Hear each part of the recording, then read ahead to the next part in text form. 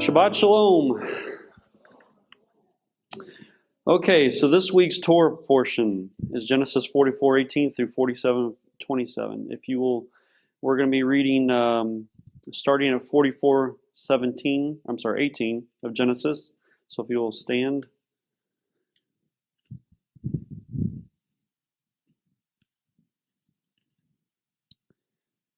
Baruch Adonai Hamvarach, Baruch Adonai Hamvarach Leolam Vaed, Baruch Adonai Hamvarach Leolam Vaed, Baruch Atah Adonai Eloheinu Melech HaOlam, Asher Bachar Banu Michol Ha'amim, V'netan Lanu Et Torato, Baruch Atah Adonai Noten HaTorah. Bless Yahweh the Blessed One.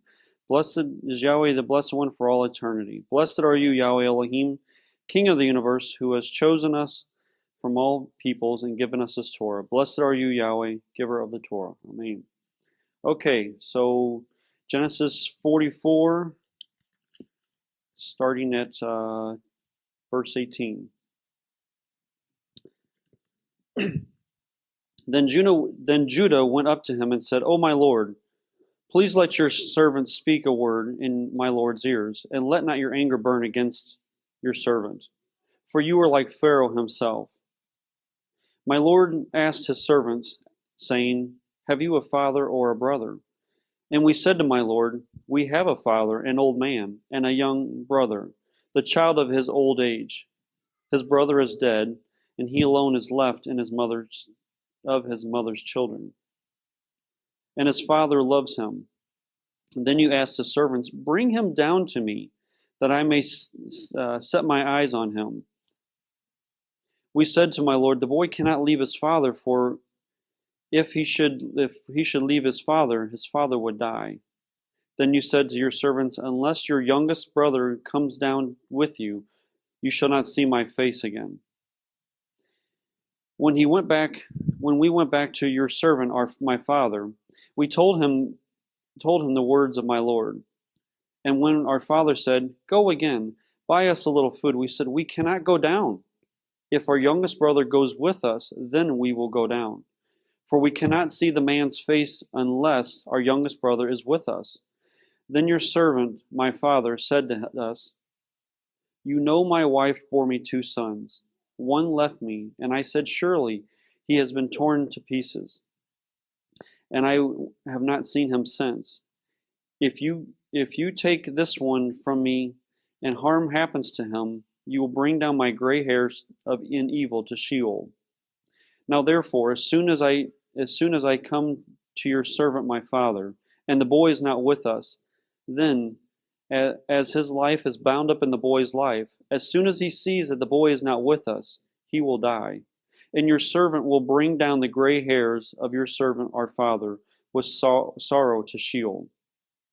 For your servant became a pledge of safety for the boy to my father, saying, If I do not bring him back to you, then I shall bear the blame before my father all my life. Now therefore, please let your servant remain instead of the boy as a servant to my Lord, and let the boy go back with his brothers.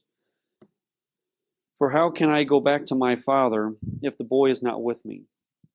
I fear to see the evil that would find my father.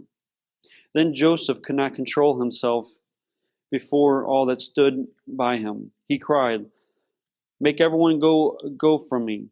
So no one stayed with him when Joseph made himself known to his brothers. And he wept aloud. So the Egyptians heard it, and the house of Pharaoh heard it. And Joseph said to his brothers, I am Joseph. Is my father still alive? But his brothers could not answer him, for they were dismayed at his presence. So Joseph said to his brothers, Come near to me, please. And they came near. And he said, I am your brother Joseph, whom you sold into Egypt. And now do not be distressed or angry with yourselves because you sold me here. For Elohim sent me before you to preserve life. For the famine has been in the land these 2 years, and there are still yet 5 years in which there will be neither plowing nor harvest. And Elohim sent me before you to preserve for you a remnant on earth. and to keep alive for you many survivors. So it was not you who sent me here, but Elohim. He has made me father to Pharaoh and lord to all his house and ruler over all the land of Egypt. Hurry, go up to my father and say to him, thus says your son Joseph, Elohim has made me lord of all Egypt. Come down to me, do not tarry.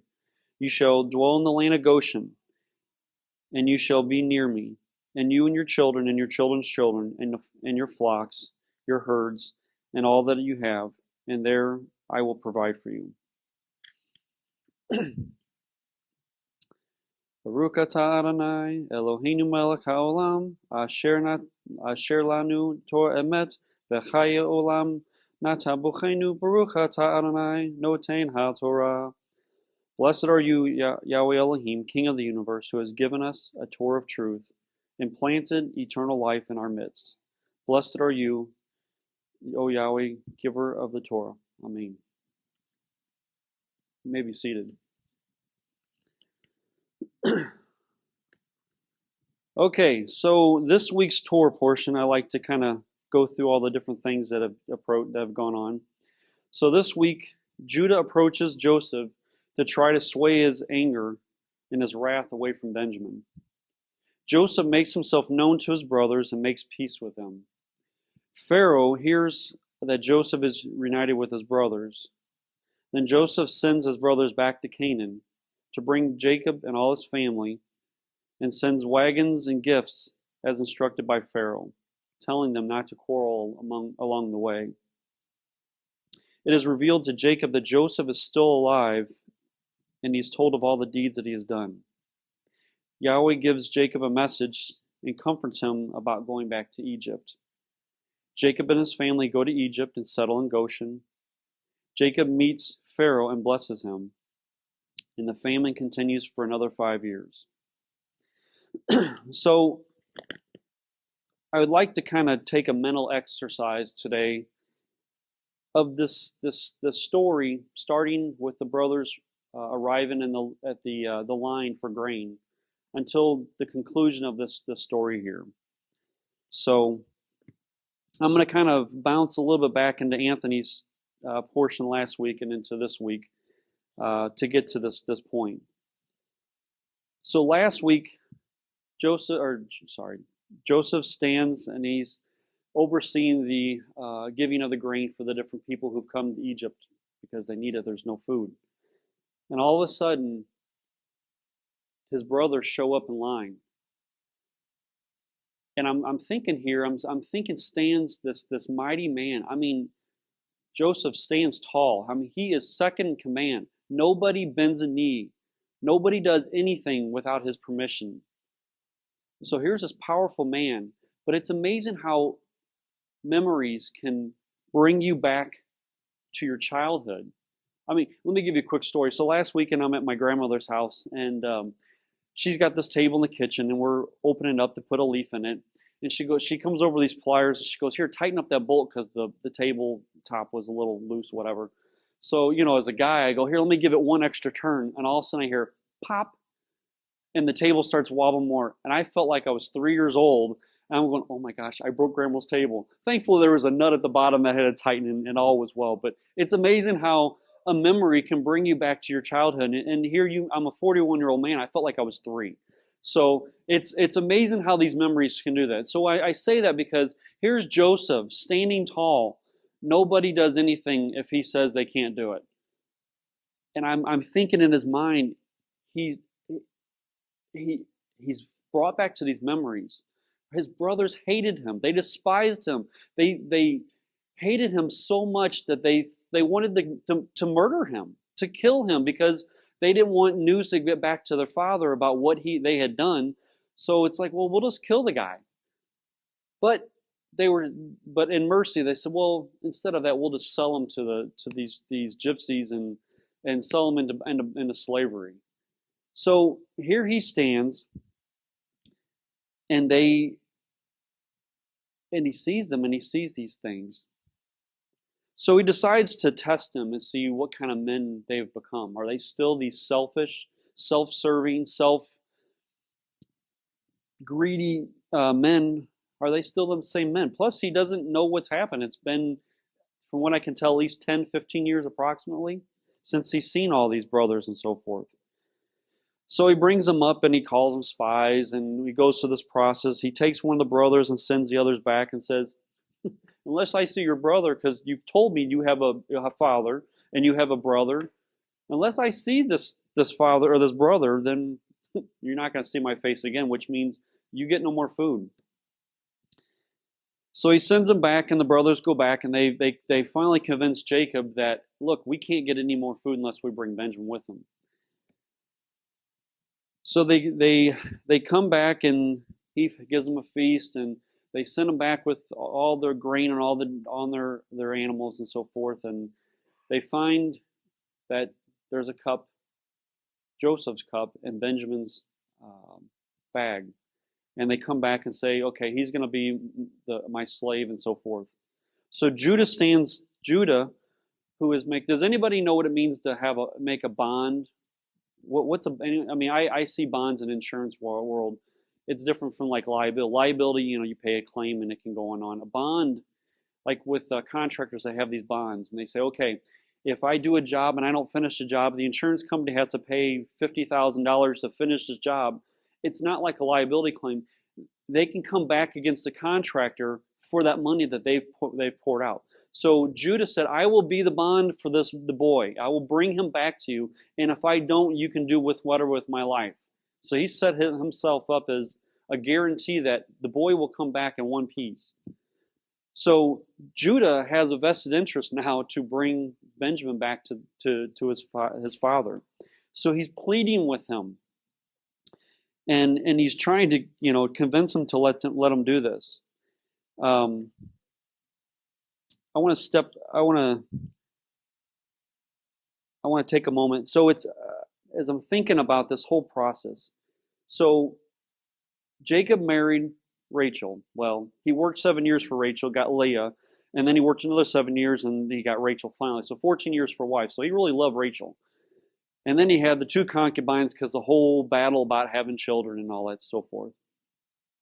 Well, I have to say that I was thinking about this week, I relate very, very well to this process. See, I'm one of 9 children. I'm the second oldest. I'm one of 9. My father's been married twice, and he's got 2 children from not marriage. So I was thinking about this, and I was telling my wife about it. She just started busting out laughing because, and I have a brother. So my mom had 2 children, myself, and then my younger brother, 7 years younger than I am. Now, I'm not claiming to be anything like Joseph, but I'm just saying I relate to the whole thing. Even though they're not my full-blooded siblings, they're still brothers and sisters, and I usually don't go out and say, well, this is my half-sister or my whatever. But it's just the way it functions, it's unique. So, I'm closer to my brother than I am my other siblings, although most of my younger siblings, I'm old enough to be their father, which is interesting. So Judah steps up and he's pleading, please let the boy go back. I'll be your servant. I'll be this and whatever. And I'm wondering why is it that Joseph puts him through this test? Because as you remember, Joseph was Jacob's treasured son. He held him back. The other boys would go out and do all the work in the fields, and he held him back, and he taught him and educated him, which actually prepared him for his next journey. So I wonder if Joseph was wondering, will you do the same for Benjamin? Will you sell him out, or will you protect him? Because now let's think about Judah here. Judah was the one that when they decided are we going to kill Joseph? He decides, no, let's go ahead and sell him. He was the one that came up with the idea to sell him. So he does something despicable there, but then in this case, he decides to be the bond. So he's kind of redeemed himself. So when Joseph hears all these things, he says he decides to make himself known to him. But let me step back for just 1 second, because I'm all over the place. I understand that. And in 44:16, Judah says, "What shall we say to my Lord? What shall we speak, or how shall we clear ourselves? Elohim has found out the iniquity of your servants. Here we are, my Lord's slaves, both we and also and with whom the cup is found." So through this process, and I think that maybe this test that Joseph gave to the brothers allowed the environment for the brothers to kind of reflect back. And I wonder if Judah and the other brothers, and going through this process with Benjamin, I'm thinking that they're going, I've seen the pain when we brought back this coat of many colors and sprinkled blood over and ripped it to shreds. They saw the fear, they saw the pain in their father's eyes, and I'm making an assumption here that this is what was occurring, is that the brothers are going, we're not doing this again. We've seen the pain and the anguish of our father as he stood there and wept over the loss of his son, his beloved son. We're not doing this again. So he makes himself known to them. So in this little portion here, I want to ask you 2 questions. Which do you think was worse for the brothers? Was it worse that this one like Pharaoh was taking Benjamin to be a slave? Or was it worse for the brothers when they found out that the one that was doing this was their brother that they sold into slavery, and now he is one like Pharaoh, and oh my gosh, what is he going to do to us? I just wonder that, because if he wasn't a God-fearing man, he could have been extremely vengeful, and who knows what kind of creative things he could have come up to do for revenge. Okay. I want to read something here real quick. It's Romans 12. This was, as I was reading this, kind of jumped out at me, and I don't pretend that it may or may not relate to this, but I thought it was a very interesting verse or chapter. "I appeal to you, therefore, brothers, by all mercies of Elohim, to present your bodies as a living sacrifice, holy and acceptable to Elohim, which is your spiritual worship. Do not conform to this world, but be transformed by the renewal of your mind, that by testing you may discern what is the will of Elohim, what is good and acceptable and perfect. For by the grace given to me, I say to everyone among you, do not think of yourselves more highly than you ought to think, but to think with sober judgment, each according to the measure of faith that Elohim has assigned. For as in one body we have many members, and the members do not all have the same function. So we, though many, are one body in Messiah, and individually members one of another, having gifts that differ according to the grace given to us. Let us use them, if prophecy in proportion of faith to our faith, if service in our serving, to one who teaches in his teaching, to the one who exhorts in his exhortation, the one who contributes in generosity, and the one who leads with zeal, the one who does act of mercy with cheerfulness. Let love be genuine. Abhor what is evil. Hold fast to what is good. Love one another with brotherly affection. Outdo one another in showing honor. Do not be slothful in zeal. Be fervent in spirit. Serve Yahweh.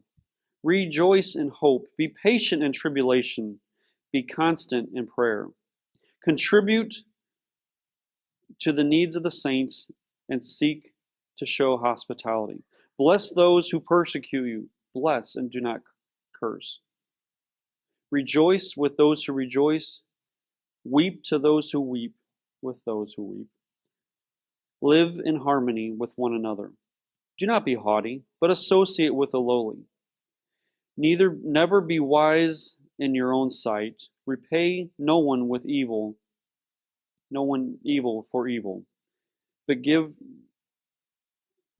thought to what you to do what is honorable in the sight of all. If possible, so far as it depends on you, Live peaceably with all.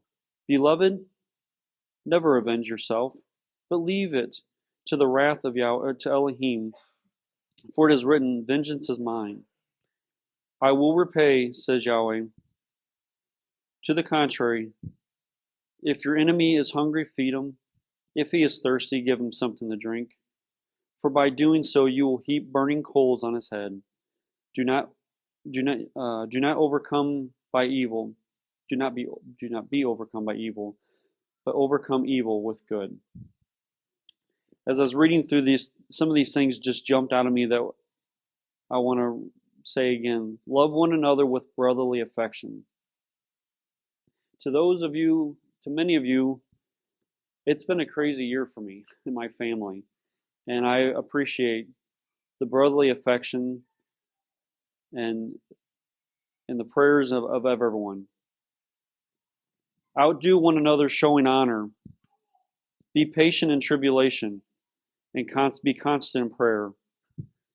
I'll say that that's not always easy. Contribute to the needs of the saints and seek to show hospitality. Bless those who persecute you. Bless those, do not curse them. Rejoice with those who rejoice and weep with those who weep. Never be wise in your own sight. Repay no one evil for evil, but give thought to those who honor. But give thought to do what is honorable in the sight of all. Beloved, never avenge yourself, but leave it to the wrath of Elohim, for it is written, vengeance is mine.